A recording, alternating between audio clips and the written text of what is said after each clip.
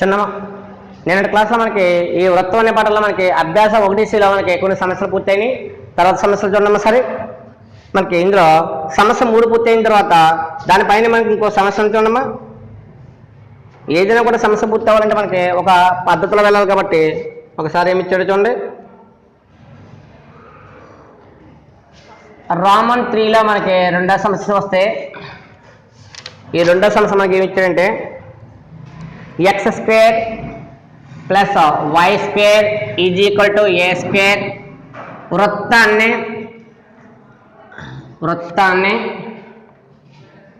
y is equal to mx plus c y is equal to mx plus c రేఖ a, b ల వద్ద ఖండించుకుంటూ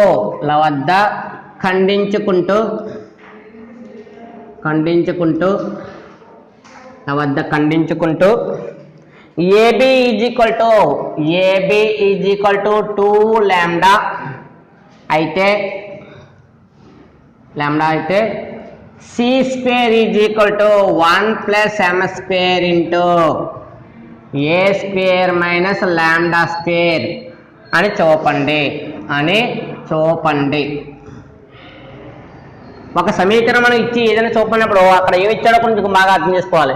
ఇక్కడ వృత్తం ఇచ్చాడు, ఇక్కడ రేఖ ఇచ్చాడు, వద్ద ఖండించుకుంటుంది అన్నాడు. ఖండించుకుంటే ఏమవుతుంది, ఆ యొక్క జాపడు ఇచ్చేసాడు ఇక్కడ. అంటే ఏంటి, ఒక వృత్తం ఉంది, ఈ వృత్తంలో ఒక కేంద్రం ఉంది, ఇది జా అవుతుంది. ఇది జా AB పొడవు ఇచ్చి ఇక్కడ 2 లాంబ్డా ఇచ్చాడు. మరి జాపడు 2 లాంబ్డా ఇస్తే మరి రూల్ ప్రకారం ఏంటంటే కేంద్రం నుండి ఆ రేఖ మీదకి ఏం కావాలి, లంబ దూరం కావాలి. మరి ఇంకొకటి ఏంటి, దాని యొక్క వ్యాసార్థం కావాలి. అందువల్ల ఏది తెలియాలన్నా కూడా ఏంటి, జాపడం అనేది తెలియాలి, వ్యాసార్థం తెలియాలి. కాబట్టి దత్తవృత్త సమీకరణం తీసుకోండి అమ్మా. దత్తవృత్త సమీకరణం తీసుకుంటే ఏమి ఇచ్చాడు మనకి, దత్తవృత్త సమీకరణంలో మనకి ఏముంది, వృత్తం ఇచ్చాడు కాబట్టి x² plus y² is equal to a². మరి ఏ రూపంలో ఉంది, ఇది ఏ రూపంలో ఉందంటే మనకు తెలిసిన వృత్తం పై సమీకరణాన్ని x² plus y² is equal to r² చే పోల్చితే కేంద్రం, ఈ యొక్క వృత్తానికి కేంద్రం అవుతుంది కేంద్రం C ఇది కూడా ఎంత 0 0. వ్యాసార్థం ప్లేస్ లో ఏముంది, ఇక్కడ r ఈజ్ ఈక్వల్ టు వ్యాసార్థం r ఈజ్ కూడా ఎంత a. ఎందువల్ల ఇక్కడ r² ప్లేస్ లో a² ఉంది. మరి r² ప్లేస్ లో a² ఉంది కాబట్టి r ఎంత అవుతుంది, ఇక్కడ a అవుతుంది. అందువల్ల వ్యాసార్థం తెలిసింది, కేంద్రం తెలిసింది. ఇంకా తర్వాత తెలియవలసింది ఏంటి, దాని యొక్క రేఖ ఏమి ఇచ్చాడు చూడండి, దత్త సరళరేఖ. మరి దత్త సరళరేఖ ఏమి ఇచ్చాడు, ఇక్కడ దత్త సరళరేఖ y is equal to mx plus c ఇచ్చాడు. మరి దత్త సరళరేఖ y ఇది కూడా mx ప్లస్ c ఇస్తే ఇది ప్లస్ y కలిపితే ఏమవుతుంది, మైనస్ y. అంటే mx minus y plus c is equal to 0. ఇప్పుడు వాడనేది ఏంటి, ఒక లంబ దూరం కావాలంటే మనకి ఇది ఏమవుతుంది, దాని యొక్క రేఖ స్పర్శరేఖ అవుతుంది అన్నటువంటి రేఖ ఎక్కడ కనిపిస్తుంది, AB వద్ద కనిపిస్తుంది అన్నాడు. అంటే ఈ రేఖ మీదకి ఏం కావాలి, లంబ దూరం కావాలి. కాబట్టి దత్తాంశం ఏమి ఇచ్చాడు చూడమ్మా. దత్తాంశం ఇక్కడ లంబ దూరం కావాలి కాబట్టి కేంద్రం D ఈజ్ ఈక్వల్ టు కేంద్రం C00 నుండి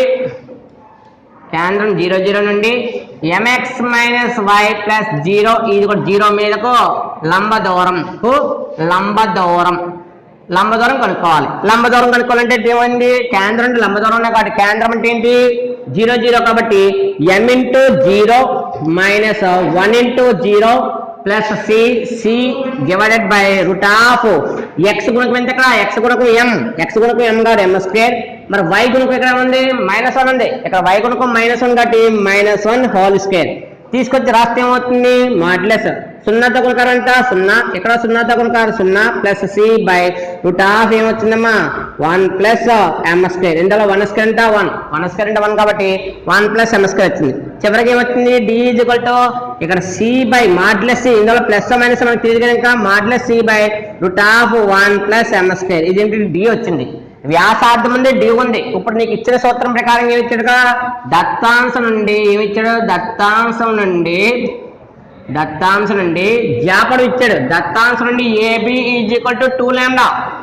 మరి ఇక్కడ జాపడవు కూర్చోండి, జాపడవు జా పొడవు AB is equal to formula ఏంటి 2 into R square minus D square సూత్రం ఇది. ఇందులో ఒక జా పొడవు కావాలంటే జా పొడవు అంటే ఇక్కడ ఏబి దత్తాంశంలో ఏబీ కూడా 2 లాంబ్డా ఇచ్చాడు. కానీ ఇక్కడ జా ఏబి అంటే మీనింగ్ ఏంటి? ఏబి అంటే అర్థం ఏంటి? జా పొడవు అని. మరి జా పొడవు సూత్రం ఏంటి? 2 into root of R square minus D square. కాబట్టి మీ రెండు విలువలు సమానం చేస్తే ఏమవుతుంది? 2 into root of R square minus D square is equal to 2 lambda. మరి ఇక్కడ 2 ఏమైంది? క్యాన్సిల్. నీ దగ్గర ఉన్న విలువలన్నీ ప్రతిక్షేపిస్తే ఏమవుతుంది? ఇక్కడ ఇరువైపులా వర్గం చేయండి అమ్మా. ఇరువైపులా వర్గం చేస్తే ఏమవుతుంది? ఇరువైపులా వర్గం చేయగా ఇరువైపులా వర్గం చేస్తే ఏమవుతుంది? R square minus D square is equal to ఇందులో ఇక్కడ రూట్ ఉంది కదా, మరి రూట్ వేయండి అమ్మా. రూట్ వేసి హోల్ స్క్వేర్ రాస్తే ఈజ్ ఈక్వల్ టు వర్గం అంటే హోల్ స్క్వేర్ రాసాను ఈజ్ ఈక్వల్ ఎంత? Lambda square.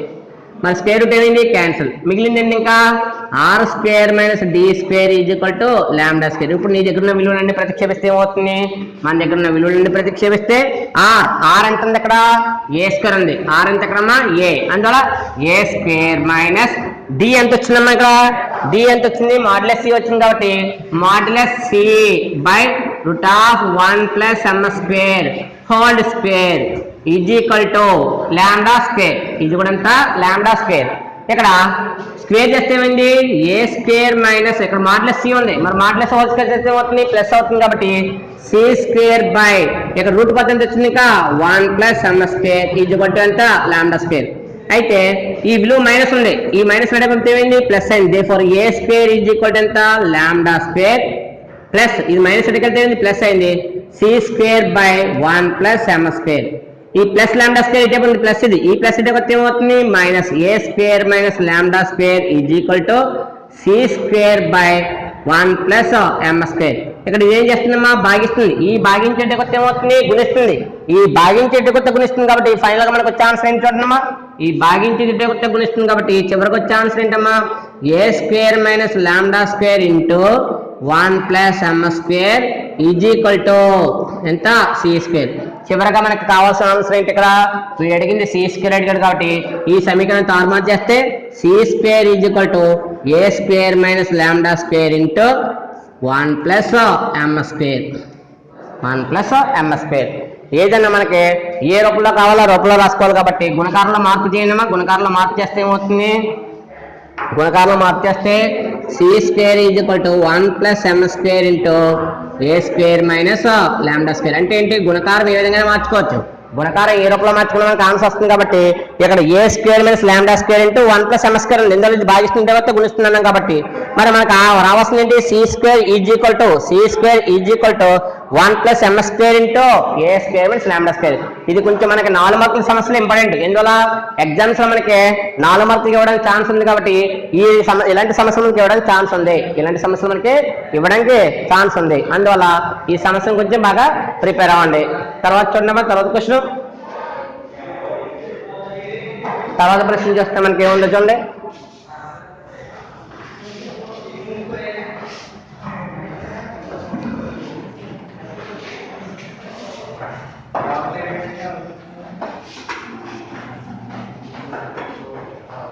తర్వాత ప్రశ్న మనకి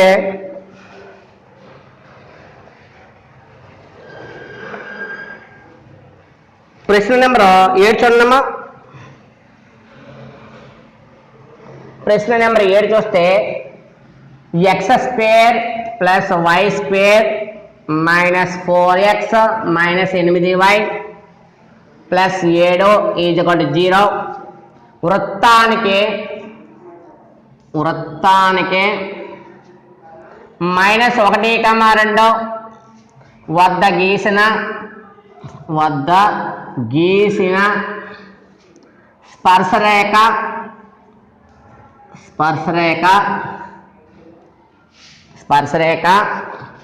X square plus y square plus 4x plus 6y is equal to 0.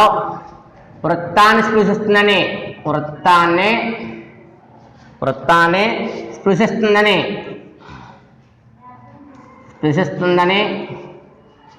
చూపి స్పర్శ బిందువును కనుక్కోండి.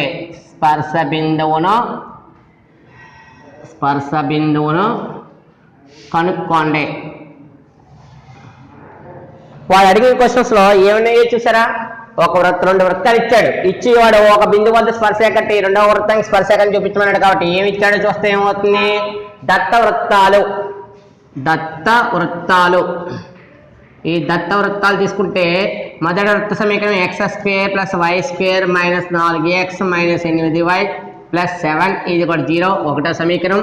రెండవ వృత్త సమీకరణం x² + y² + 4x + 6y = 0 అనేది రెండో సమీకరణం అవుతుంది. వాడు అడిగింది ఏంటి, బిందువు ఇచ్చాడు. బిందువు ఏంటి ఇక్కడ, బిందువు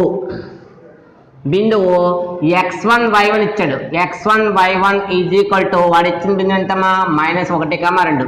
బిందువు ఇచ్చాడు, మనకు కావాల్సింది ఏంటి, రెండు వృత్తాలు ఇచ్చాడు. వాడు అడిగింది ఏంటి, మొదటి వృత్తానికి చేసిన స్పర్శేఖ అన్నాడు. అందువల్ల ఏం కావాలి ఇక్కడ, ఆ మొదటి వృత్తానికి ఏం కావాలి, దాని యొక్క స్పర్శేఖ కనుక్కోవాలి. కాబట్టి చిన్నమ్మా వృత్తం ఒకటికి P వద్ద గీసిన స్పర్శరేఖ,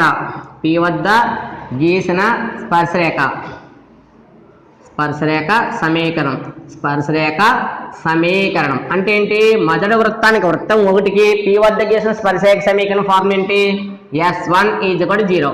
మరి S1 = 0 కాబట్టి ఫార్మ్ ఏంటి ఇక్కడ, xx1 + yy1. దేని బట్టి రాయాలి, వృత్తం ఒకటి బట్టి రాయాలి. కాబట్టి ఇక్కడ -4 ఉంది. మరి -4 ఎంత, -2 × x + x1.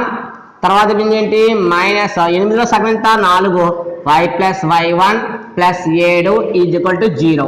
అంటే వల్ల మొదటి వృత్తం తీసుకున్నాం కాబట్టి మొదటి వృత్తం సమీకరణం మనకి ఏమొచ్చింది, స్పర్శరేఖ సమీకరణం xx1 + yy1 -2 × x + x1 -4 × y + y1 + 7 = 0 వచ్చింది.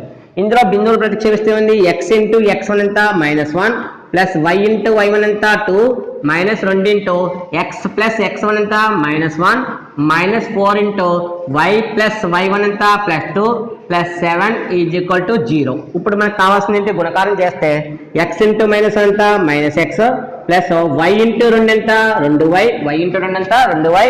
నెక్స్ట్ చూడండి ఇక్కడ -2 × x ఎంత, 2x, -* ఎంత, +2 1 ఎంత, 2 -4 × y, 4y, -2 + -4 ఎంత, 8 + 7 = 0. ఈ విధంగా చేస్తే మనకి ఏమొచ్చింది చూసారు అక్కడ, ఇది -x, ఇది -3x. మరి -x -3x ఎంత, రెండు కూడా మైనస్ గాడు కలిపితే -3x వచ్చింది. ఇది +2y, ఇది -4y. 4 పదాల్లో 2 పదాల పోతే ఎంత, ఇంకా 2 ఉంటాయి. ఏంటో 2 -2y. ఇక చూడండి స్థిర పదాలు చూస్తే ఇది +2 + 7, 2 + 7 ఎంత, 9. 9లోంచి 8 పోతే ఎంత, 1 + 1 = 0. అయితే స్పర్శరేఖ సమీకరణంలో మనకు మొదట ఏమైనా మైనస్ ఉన్నాయి కాబట్టి ఈ మైనస్లు ఏం చేయాలి, ప్లస్ చేయాలి. ఇది మైనస్ ఏమైంది, ప్లస్ అయింది. ఈ మైనస్ కూడా ఏమైంది, ప్లస్ అయింది. అలాగే ప్లస్ ఏమైంది, -1 = 0. ఈక్వేషన్ ఇది ఆల్రెడీ 2 అయింది కాబట్టి ఇది ఈక్వేషన్ అంతా 3. ఇప్పుడు మనం ఏం నిరూపించాలి, ఈ వచ్చిన రేఖ ఈ రెండో వృత్తానికి స్పర్శరేఖ అని చెప్పాలి. అందువల్ల చూడండి ఒకసారి ఏమైతే ఇచ్చాడని మనకి ఏ డేట్ అడిగాడో చూసుకుని ఇప్పుడు ఏం నిరూపించాలి, సమీకరణం 3 వృత్తం 2ని స్పృశిస్తుందని చెప్పాలి. స్పృశిస్తుందని చెప్పాలి. స్పృశించడం అంటే స్పృశించడం, స్పృశిస్తుందని చూపాలి. మరి స్పృశిస్తుందని చెప్పాలంటే ఏంటి, ఏమవ్వాలి ఇక్కడ, R = D కావాలి.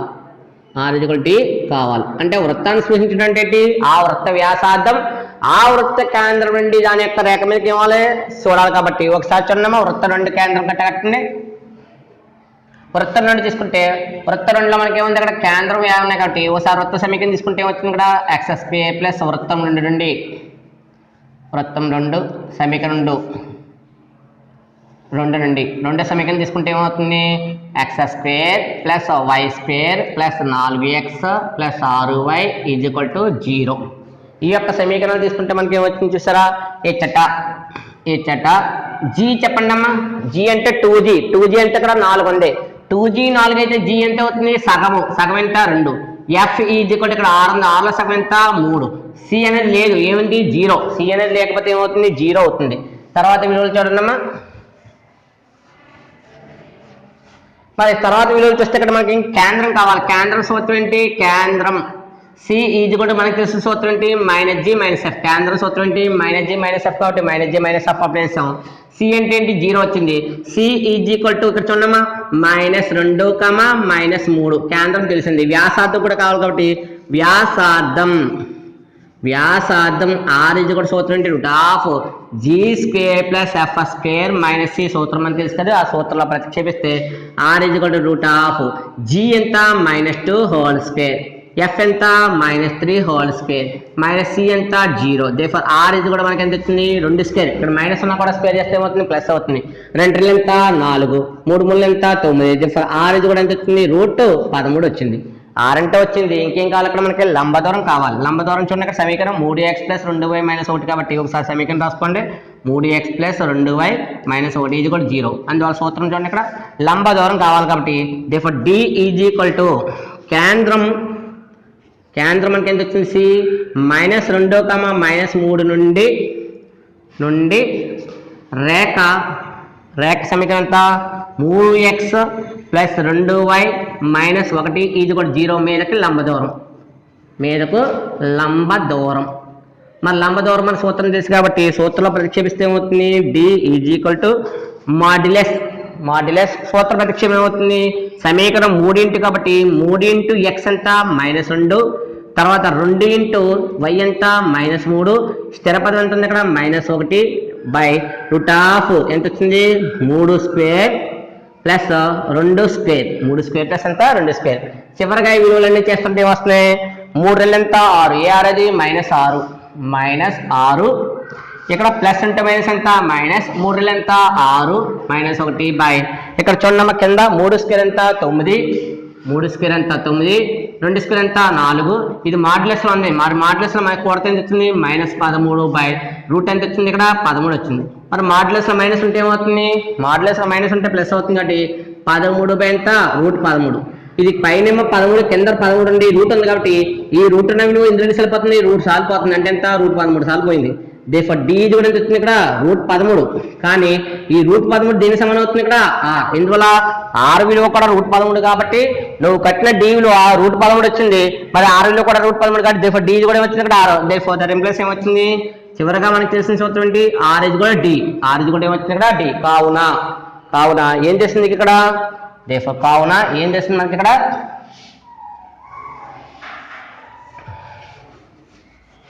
R ఇది కూడా D. కావున సమీకరణం 3 వృత్తం 2కి సమీకరణం 3 వృత్తం 2ని సృష్టిస్తుంది.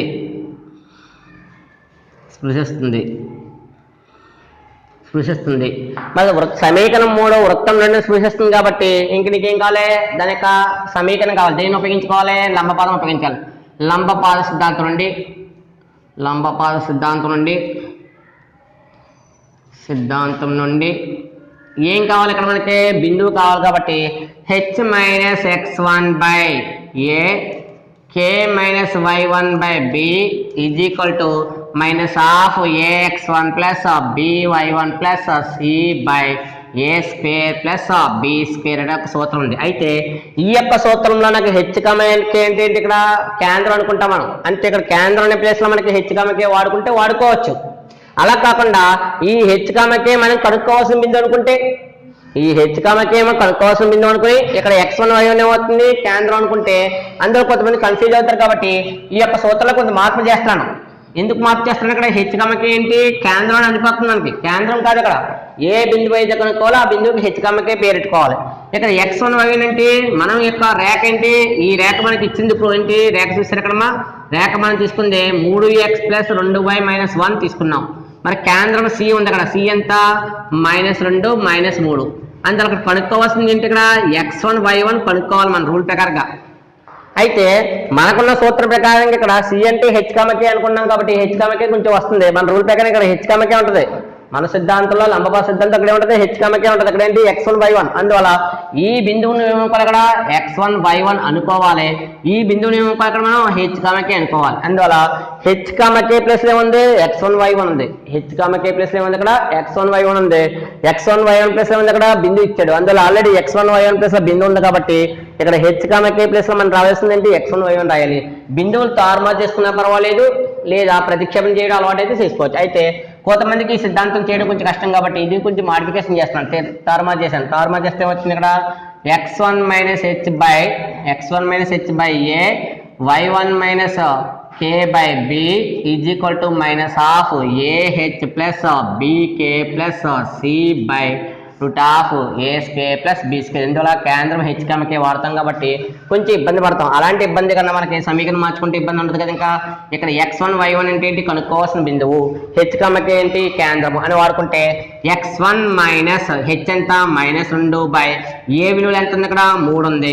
అలాగే y1 మైనస్ కే ఎంత ఉంది, ఇక్కడ -3 బై బి ప్లస్ ఎంత ఉంది, ఇక్కడ 2 ఉంది. Is equal to minus of a ఎంత 3 ఇంటూ ఎక్స్ ఎంత -2 ప్లస్ 2 ఇంటూ వై ఎంత -3 plus 1 plus 1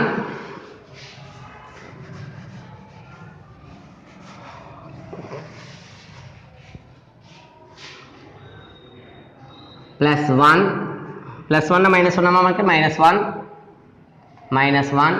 by X A square ఎంతమ్మా 3 స్క్వేర్ ప్లస్ బి స్క్వేర్ ఎంత 2 స్క్వేర్. ఈ విలువలు రాస్తే మనకి ఏమొచ్చింది చూడండి, ఇక్కడ x1 మైనస్ అంటే మైనస్ ఎంత +2 బై 3 y1 మైనస్ అంటే మైనస్ ఎంత +3 by 2 is equal to minus of 3 ఎంత 6 -6 ప్లస్ అంటే మైనస్ -2 3 ఎంత 6 -1 బై 3 స్క్వేర్ ఎంత 9 2 స్క్వేర్ ఎంత 4. కూడగా ఏమొచ్చింది చూసారు, ఇక్కడ x1 plus 2 by 3 is equal to y1 plus 3 by 2 is equal to minus half కూడత ఎంత వచ్చింది -13 బై ఈ కూడత ఎంత వచ్చింది 13. ఈ 13 ఏం సరిపోయింది, ఒకసారి పోయింది. చివరిగా వచ్చింది ఎంత x1 plus 2 by 3 is equal to y1 plus 3 by 2 is equal to ఇక్కడ చివరిగా మైనస్ అంటే మైనస్ ఎంత +1 వచ్చింది. సమానం చేసుకుంటే ఏమవుతుంది, మొదటి విలువ ఎంత ఉంది, ఇక్కడ x1 plus 2 by -3 is equal ఎంత 1. అలాగే y1 plus 3 by 2 is equal ఎంత 1. ఇది భాగిస్తుంది, ఎటుకెళ్తే ఏమవుతుంది గుణిస్తుంది. x1 plus 2 is equal to ఇది భాగిస్తుంది. ఈ భాగించే ఎటుకెళ్తే ఏమవుతుంది గుణిస్తుంది. మరి 3 ఒకటి ఎంత 3. Therefore x1 is equal to ఈ ప్లస్ 2 ఎటుకెళ్తే ఏమవుతుంది -2. Therefore x1 is equal to 3 నుంచి 2 పోతే ఎంత 1. 3 నుంచి 2 పోతే ఎంత 1. y1 plus 3 is equal to 2 ఒకటి ఎంత 2. ఈ ప్లస్ 3 ఎటుకెళ్తే ఏమైంది. Therefore y1 is equal to 2 - 3. Therefore y1 is equal ఎంత ఇక్కడ -3. అంటే ఏం బిందువు ఇక్కడ స్పర్శ బిందువు వచ్చింది. దేర్ఫోర్ స్పర్శ బిందువు. మరి స్పర్శ బిందువుకి మనకున్న పేర్లో x1 y1 is equal to ఎంత వచ్చిందమ్మా 1, -1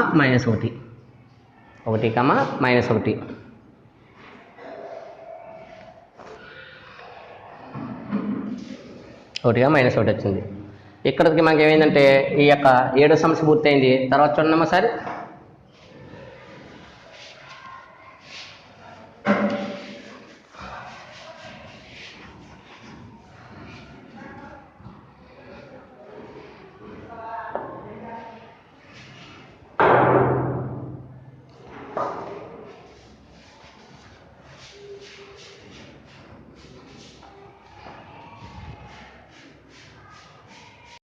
ఆల్రెడీ ఈ ముందు చెప్పిన ఏ లెక్క మనం చెప్పాము, ఇది ఒక వృత్తం ఇచ్చి ఇంకో వృత్తానికి స్పర్శరేఖ గీసి ఆ స్పర్శరేఖ ఈ యొక్క రెండవ వృత్తానికి స్పర్శరేఖ చూపించి దాని ద్వారా మనం ఏం కనుక్కున్నాం, స్పర్శ బిందువు కనుక్కున్నాం. ఇక్కడ ఈ యొక్క అభ్యాసంలో మనకి 13వ సమస్య ఉన్నామా. ఈ 13వ సమస్య కూడా మనకి ఏముందంటే x plus y plus 1 is equal to 0 Rekha x square plus y square -3x plus 7y plus 14 is equal to 0. వృత్తాన్ని స్పృశిస్తుందని చెప్పి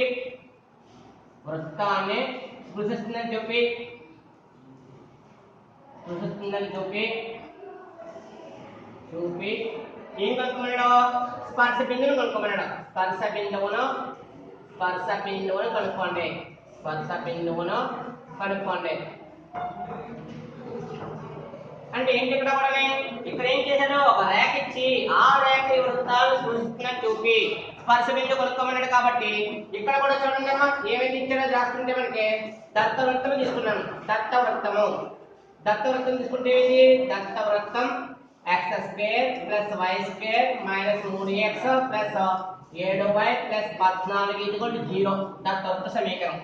మరి వృత్తాన్ని సూచిస్తున్నట్టు ఏం చేయాలి దాని కేంద్రము కనుక్కోవాలి వ్యాసార్థం కనుక్కోవాలి కాబట్టి ఈ పై వృత్తాన్ని దేంతో పోల్చుకోవాలి పై సమీకరణాన్ని దేంతో పోల్చుకోవాలి x square plus y square plus 2gx plus 2fy plus c 0 తో సరిపోల్చగా ఇది ప్రతి పదాన్ని పోల్చాలని ప్రతి పదాన్ని పోల్చడానికి మనం సరిపోల్చడం అంటాం కాబట్టి ఇక్కడ 2g ప్లస్ ఏముంది -3 ఉంది 2g ఇచ్చట ఏమున్నాయి 2g ప్లస్ ఏముంది -3 ఎందువల్ల ఇక్కడ x గుణకం 2g ఇక్కడ x గుణకం ఎంత -3 x గుణకం ఇక్కడ 2g కాబట్టి ఈ యొక్క గుణకం దేనికి సమానం అవుతుంది -3 కి సమానం అవుతుంది. అలాగే 2f ఈజ్ ఈక్వల్ టు ఎంత 7 మరి స్థిర పదం ఎంత ఉంది ఇక్కడ స్థిర పదం c ప్లస్ ఉంటుంది ఇక్కడ 14 స్థిర పదం c ప్లస్ ఉంటుంది ఇక్కడ 14 ఉంది కాబట్టి ఇది గుణిస్తుంది ఈ గుణిస్తున్న వాటికి ఎంత అవుతుంది భాగిస్తుంది g ఈజ్ ఎంత -3/2 అలాగే f ఈజ్ ఈక్వల్ టు ఇది గుణిస్తుంది అంటే ఎంత అవుతుంది భాగిస్తుంది కాబట్టి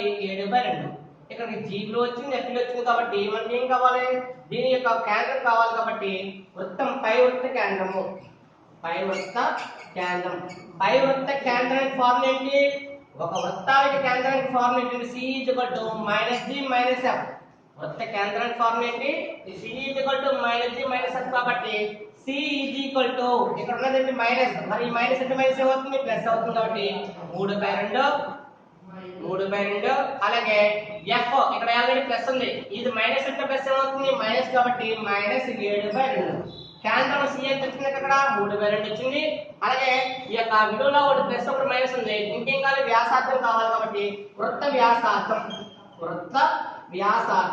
మరి వృత్త వ్యాసార్థం ఏ విధంగా కనుక్కోవాలి వృత్త వ్యాసార్థం r దానికి సంబంధించిన సూత్రం ఏంటి g² + f² - c ఒక వృత్త వ్యాసార్థం అని కనుక్కోవాలంటే దానికి కావాల్సిన సూత్రం ఏంటి g² + f² - c కాబట్టి ఇందులో నా దగ్గర ఉన్న విలువలన్నీ ప్రతిక్షేపిస్తే ఏం ప్రతిక్షేపిస్తాను g ఎంత -3/2 హోల్ స్క్వేర్ ప్లస్ f ఎంత ఇక్కడ 7/2 హోల్ స్క్వేర్ మైనస్ c ఎంత ఇక్కడ 14 విలువలన్నీ ప్రతిక్షేపించిన తర్వాత దీన్ని విడగొడితే ఏమవుతుంది చూడండి ఒకసారి ఇక్కడ రూట్ ఉంది రూట్ వేసాను r ఇక్కడ 3/2 ఉంది మరి మైనస్ స్క్వేర్ చేస్తే ఏమవుతుంది మైనస్ స్క్వేర్ చేసినా కూడా ప్లస్ కాబట్టి 3/2 హోల్ స్క్వేర్ ఎంత 3 స్క్వేర్ ఎంత 9 బై 2 స్క్వేర్ ఎంత 4 ప్లస్ 7 స్క్వేర్ 7 ఎంత 49 బై 2 స్క్వేర్ ఎంత 4 మైనస్ 14 ఇంటూ ఇక్కడ ప్రతి పదాన్ని కూడా స్క్వేర్ చేశాను 3/2 హోల్ స్క్వేర్ చేశాను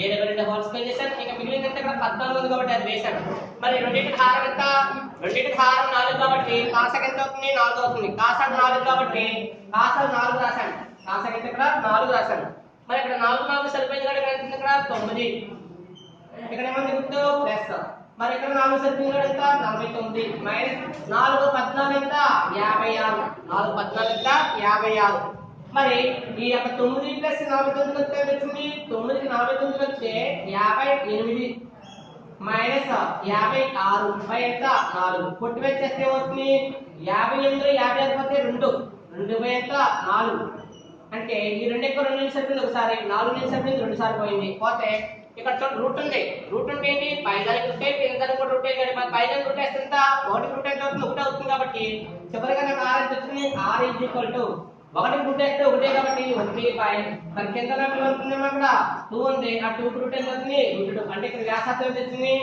r = 1 √2 వచ్చింది కేంద్రం ఎంత వచ్చింది 3/2 అంటే 3/2 -7/2 వచ్చింది. ఇంకేం కావాలి ఇక్కడ d కావాలి ఏం కావాలి ఇక్కడ ఎందువల్ల స్పర్శరేఖ అవుతుందని చూపమంటే ఏం చేద్దాం r = d అని చూపించాలి మరి r = d లో r వచ్చింది ఇంకేం కావాలి ఇక్కడ d కావాలి కాబట్టి ఆ d కూడా కనుక్కున్నాను చూడండి ఇక్కడ d అంటే అర్థం ఏంటి d = ఆ వృత్త కేంద్రం యొక్క నుండి ఆ రేఖని లంబదూరం అందువల్ల దత్త రేఖ తీసుకున్నామా దత్త సరళ రేఖ దత్త సరళ రేఖ x plus y plus 1 is equal to 0.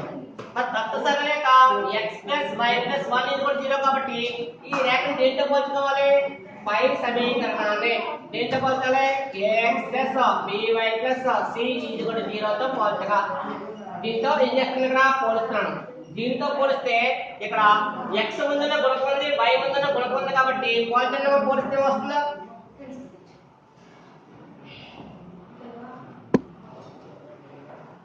పోలిస్తే మనకి ఏమొస్తుందో చూడండి ఒకసారి. ఇక్కడ ఏ ఎంత వచ్చిందో చూడమ్మా. ఇక్కడ ఏ ఇది కూడా x ముందున ఏంటి? x ముందున ఏంటి? ఇక్కడ ఒకటి ఏమీ లేదు. ఇక్కడ ఏమీ లేకపోతే ఒక పదం ముందు గుణకం ఎంత ఉంటుంది? ఒక పదం ముందు ముందు ఏమీ లేదనుకోండి ఒకటి ఉంటుంది కాబట్టి ఏ విలువ ఒకటి రాశాను. b ఇది కూడా ఎంత? ఒకటి, c ఎంత? ఒకటి.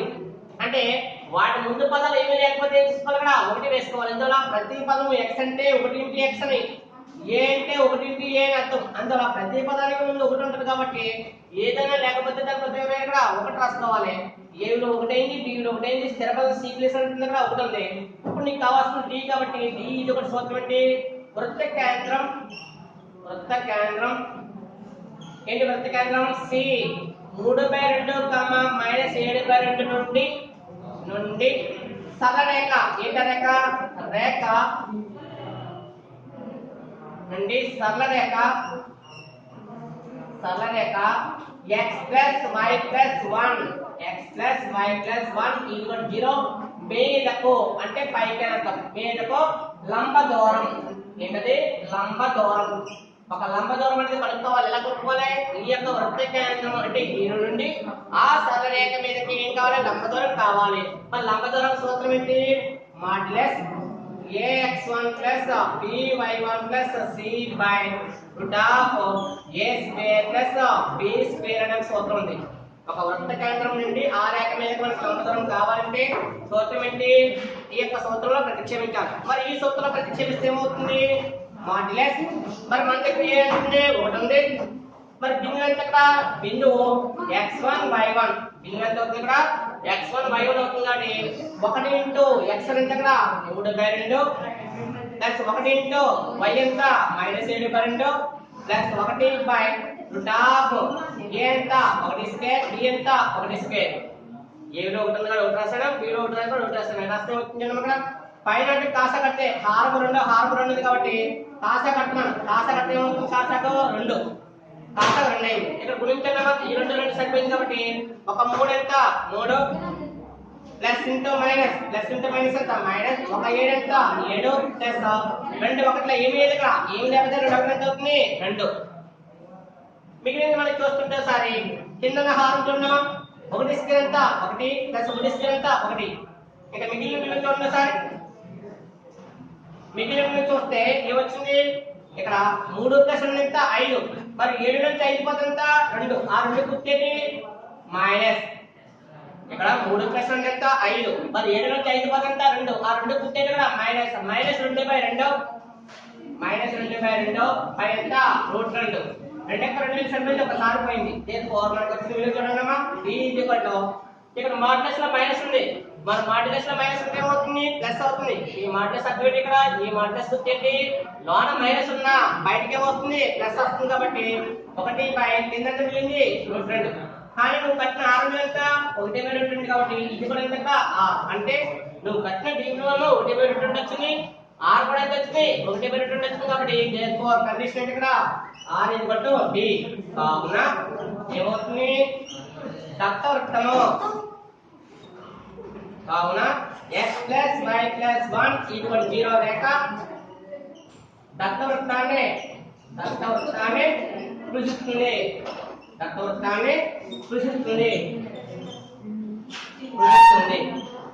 ఇంకేం కావాలి? స్పర్శ బిందువు కావాలి. మరి స్పర్శ బిందువు ఎలా వస్తుంది చూడండి ఒకసారి. ఒక రేఖ ఉంది నా దగ్గర. ఏంటా రేఖ? x plus y plus 1 equal 0 అనే ఒక రేఖ ఉంది. ఈ రేఖ మీదకి ఎక్కడో ఒక బిందువు ఉంది. ఆ బిందువు ఏంటి? Some c. ఆ బిందువు పేరు ఏంటి? ఇక్కడ 3/2 -7/2. ఈ బిందువు నుండి దీనికి ఒక లంబం గీసాం. గీస్తే ఈ లంబం ఇక్కడ ఎంత కోణం చేస్తుంది? 90 డిగ్రీలు కోణం చేస్తుంది. అంటే ఏమవుతుంది? లంబ పాదం. ఏమవుతుంది? ఇక్కడ లంబ పాదం. ఇప్పుడు దీన్ని కనుక్కోవాలి. అయితే మనం నేర్చుకున్న సిద్ధాంతం ఉంది, ఆ సిద్ధాంతంలో ఇదేంటిది x1 y1 అని ఈ బిందు ఏంటి h, k అనుకుని ఒక సూత్రం నేర్చుకున్నాం. మనం మొదటి సంవత్సరంలో నేర్చుకున్న సూత్రం ఉంది లంబపాదము. ఆ లంబపాద సూత్రం ఏంటి x1 y1 అనే బిందువు నుండి ఈ యొక్క రేఖ మీదకి గీస్తే అది ఎంత కోణం చేస్తుంది 90 డిగ్రీల కోణం చేస్తుంది. ఆ 90 డిగ్రీలు చేసిన కోణము ఏదైతే బిందువు ఉందో ఆ బిందువు పాదము కాబట్టి 90 డిగ్రీలతో తగ్గేస్తుంది, అంటే 90 డిగ్రీలతో ఖండిస్తుంది. ఖండించడంతో పాటు అది పాదము, పాదం అంటే పాదము ప్లస్ లంబం కాబట్టి రెండు కలిపి ఇక్కడ లంబపాదం ఉన్నాం. అందువల్ల లంబపాదం రేఖ h, k.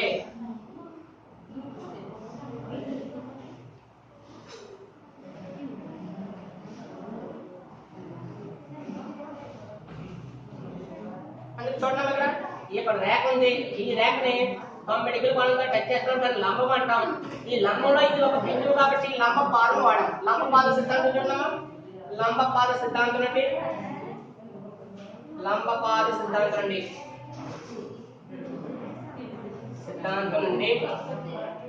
ఈ లంబపాద సిద్ధాంతం ఏం చెప్తుంది, మనం రాసుకున్న సిద్ధాంతం చూడమ్మా ఒకసారి h - x1 / a అలాగే k - y1 / b is equal to minus of ax1 plus by1 plus c by a square plus b square. ఇది ఎప్పుడది ఇలా ఈ బిందువు కాకుండా ఇలా ఉన్నప్పుడు మాత్రమే x1 y1 బిందువు నుండి x, k అనే బిందువుకు ఒక లంబం చేస్తే అప్పుడు దానికి సూత్రం ఏంటి h - x1 / a k - y1 / b is equal to minus of ax1 plus by1 plus c by a square plus b square రాసుకునే వాళ్ళు. కానీ ఇక్కడ బిందువు తారుమారైంది. ఏంటో బిందువు ఇది ఆల్రెడీ కేంద్రం ఏంటి ఇక్కడ h, k. మరి కేంద్రం పేరు h, k కాబట్టి మరి ఇక్కడ h, k రాష్ట్ర పద్ధతి కదా. అందుకే ఏం చేసామంటే బిందువు తారుమారు చేస్తున్నాం. బిందువు తారుమారు చేసుకుంటే నువ్వు కనుక్కోవాల్సిన బిందువు ఏంటి ఇక్కడ x1 y1.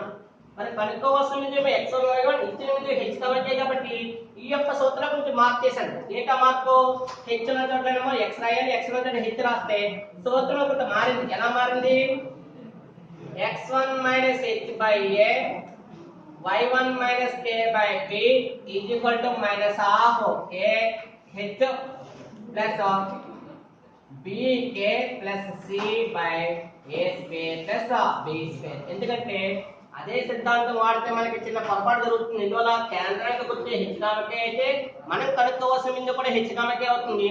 ఆ చిన్న పొరపాటు రావడం వల్ల నేను ఏం చేశాను బిందువులో తారుమారు చేశాను. ఇందువల్ల ఇక్కడ x1 y1 plus h, k ఉంది, h, k plus x1 y1 ఉంది కాబట్టి బిందువులో తారుమారు చేశాను. ఇక్కడ x1 plus h y1 plus k రాసి అదే h plus x1 k plus y1 రాస్తే ఈ సూత్రం ఎలా మారింది. మారిన దాంట్లో నా దగ్గర బిందువు రాస్తే x1 మైనస్ h అంటుంది ఇక్కడ 3/2 బై a ఎంత వచ్చింది 1 y1 మైనస్ k ఎంత -7/2 బై b ఎంత 1 is equal to minus half a ఎంత 1 ఇంటూ h ఎంతమ్మా h లో 3/2 ప్లస్ b ఎంత 1 ఇంటూ k ఎంత -7/2 ప్లస్ c ఎంత 1 బై రూట్ ఇక్కడ a రూట్ లేదు కాబట్టి a స్క్వేర్ ఎంత 1 స్క్వేర్ ప్లస్ b స్క్వేర్ ఎంత 1 స్క్వేర్. ఈ యొక్క సిద్ధాంతంలో నా దగ్గర ఉన్న విలువలని ప్రతిక్షేపించండి. ప్రతిక్షేపిస్తే ఒకసారి చూడండి ఇక్కడ కాస కట్టుకున్నా పర్వాలేదు, తర్వాత వాడుకున్నా పర్వాలేదు కాబట్టి ఎలా ఉండాలో వాడుకోండి. x1 - 3/2 by 1 is equal to y1 minus ఎంత plus 7/2 by 1 is equal to ఇక్కడ కాస కట్టండి. కాస కడితే వచ్చింది కాస కడితే మైనస్ హాఫ్ కాస ఎంత 2 సరిపోయింది. ఒక 3 ఎంత 3 ప్లస్ ఇంటూ మైనస్ ఒక 7 ప్లస్ 1 చూడమ్మా ఇక్కడ కాస హారం ఏమి లేదు, హారం ఏమి లేకపోతే ఏం చేయాలి గుణించాలి కాబట్టి 2 1 ఎంత 2 బై కింద చూడండి ఒడిస్కెల్ ఎంత 1 ఇక మిగిలింది వచ్చే x1 - 3/2 by 1 y1 plus 7/2 by 1 is equal to minus half. ఇక్కడ చూడమ్మా 7 ఉంది, ఇక్కడ 3 2 కలిపితే 5. మరి 7 నుంచి 5 పోతే ఎంత 2, ఆ 2 పుట్టేది -2/2 బై ఎంత 1 + 1 ఎంత 2. ఈ 2 ఎక్కువ 2 సరిపోయింది, ఒకసారి పోయింది. ఇంకా చివరగా మిగిలింది చూడండి x1 - 3/2 by 1 is equal to y1 plus 7/2 by 1 is equal to ఇక్కడ చివరగా మిగిలింది మైనస్ ఇంటూ మైనస్ ఎంత ప్లస్. మరి మైనస్ ఇంటూ మైనస్ ప్లస్ 1/2 ఎంత వచ్చింది కదా 2 ఉంది. ఇప్పుడు 3 సమానమైనవి. 3 సమానం అంటే అర్థం ఏంటి మొదటి విలువ ఈజ్ ఈక్వల్ టు చివరి తవ్వాలి, మొదటి విలువ ఈజ్ ఈక్వల్ ఎంత చివరి తవ్వాలి అలాగే రెండవ బిందువు ఈక్వల్ టు చివరి తపాలి కాబట్టి ఇక్కడ సూత్రం వాడుకుని చూడండి ఒకసారి. సూత్రం వాడుకుంటే మొదటి ఎంత x1 by 3/2 is equal to సమానం చేస్తున్నాం కాబట్టి ఇక్కడ హారం ఎంత ఉంటుంది, మా హారం ఒకటి ఉంటే విలువ రాయక్కలేదు కాబట్టి పై హారం తీసేస్తే x1 మైనస్ 3/2 ఇది కూడా ఎంత 1/2 ఇది మైనస్ అంటే ఎంత అవుతుంది ప్లస్ x1 ఈక్వల్ టు 1/2 ఈ మైనస్ అంటే ఎంత అయింది ప్లస్ 3/2 x1 ఈక్వల్ టు కాసగ ఎంత 2 కాసగ ఎంత ఇక్కడ 2 మరి మధ్యలో గుర్తేంటి ప్లస్ ఉంది, మధ్యలో గుర్తు ప్లస్ ఉంది కాబట్టి 1 ప్లస్ 3 ఎంత 4 మరి 2 కి 4 ఎంత 2 సార్లు x1 ఎంత వచ్చింది ఇక్కడ 2 x1 ఇచ్చేసింది. తర్వాత ఇంకేం కావాలి ఇక్కడ మనకి y కావాలి, y కావాలి కాబట్టి y1 ప్లస్ 7/2 ఈక్వల్ ఎంత 1/2 ఇది ప్లస్ అంటే ఎంత అవుతుంది మైనస్ देखो y1 इक्वल टू 1/2 ఈ ప్లస్ అంటే ఎంత అవుతుంది మైనస్ 7/2 देखो y1 इक्वल टू ఇక్కడ కూడా కాసాగ ఎంత ఇక్కడ కూడా కాసాగ 2 అయ్యింది, ఇక్కడ కాసాగ 2 మరి మధ్యలో గుర్తేటి మైనస్ ఉంది 7 లో 9 పోతే ఎంత 6 మన 6 గుర్తేటి మైనస్ 2 ఎక్కువ 6 ఎంత సరిపోయింది 3 సార్లు देखो y1 इक्वल टू -3 అంటే నాకు వచ్చిన x1 y1 బిందువు ఏమవుతుంది ఆ యొక్క రేఖ ఆ వృత్తాన్ని స్పర్శించినప్పుడు ఒక బిందువు ఏర్పడింది కాబట్టి ఈ బిందువు పేరేంటి స్పర్శ బిందువు. దేనికి కావలసిన ఏంటది స్పర్శ బిందువు, కావలసిన స్పర్శ బిందువు x1 y1 is equal to ఏమొచ్చిందమ్మా ఇక్కడ ఇది మా ప్లస్ 2 వస్తే అదే వచ్చింది -3. ఈ విధంగా మనకి 4 మార్కుల సమస్య ఇది. ఎగ్జామ్స్ లో పబ్లిక్ ఎగ్జామ్ లో మనకి ఈ యొక్క సమస్య 4 మార్కులు ఇవ్వడం జరుగుతుంది. అంటే అలా ఏమన్నాడు ఇక్కడ స్పర్శ రేఖను చూపించమన్నాడు, ఇంకొకటి ఏంటి స్పర్శ బిందువు కూడా కనుక్కోమన్నాడు. కాబట్టి ఇలాంటి సమస్య మనకి ఏ విధంగా ఇచ్చినా కూడా ఏం చేయాలి ఇదే విధంగా ఈ యొక్క వ్యాసార్థం కానీ కేంద్రం కానీ కనుక్కుని లంబ దూరం కనుక్కోవడం జరగాలి. ఎప్పుడైతే r = d వచ్చిందో r = d వస్తే దాని అర్థం ఏంటి స్పర్శ నియమం. ఏంటది స్పర్శ నియమం. ఈ యొక్క స్పర్శ నియమం ఏది తృప్తిపరచబడింది, స్పర్శ నియమం తృప్తిపరచబడింది కాబట్టి ఇక్కడ ఏమైంది ఇచ్చిన వృత్తానికి ఇచ్చిన రేఖ ఏమైంది స్పర్శ అయింది. తర్వాత మనం ఏ సిద్ధాంతం ఇక్కడ లంబ సిద్ధాంతం ఏంటది లంబ పాద ఏ సిద్ధాంతం ఇది లంబ పాద సిద్ధాంతం. ఇక్కడ కొంచెం మార్పు జరిగింది కారణం, ఈ కారణం జరగడానికి నేను చెప్పే కారణం మనం నేర్చుకునే సిద్ధాంతం ఏంటి ax + by + c = 0 ఇక్కడ రేఖ బిందువు ఎంత x1 y1 ఇక్కడ బిందువు ఏంటి ఇక్కడ h అయితేనే ఆ యొక్క సిద్ధాంతం వాడచ్చు. కానీ ఇప్పుడు మనం చేసిన దాంట్లో ఏమైంది ఈ బిందువులో తారుమారు జరిగింది. ఇక్కడ కేంద్రం ఉంది ఇక్కడ c h ఉంది, ఇక్కడ నువ్వు కనుక్కోవాల్సింది ఉంది ఇక్కడ x1 y1 కాబట్టి బిందువులో తారుమారు జరిగింది కాబట్టి ఈ బిందువులో జరిగిన తారుమారుని ఇక్కడ నేను మార్చుకోవడం జరిగింది. ఇక్కడతో మనకి ఈ యొక్క సమస్యల అభ్యాసం 1C లో మనకి ఏంటి 13వ ప్రశ్న అయింది. తర్వాత రేపటి క్లాస్ లో తర్వాత సమస్య గురించి చూద్దాం.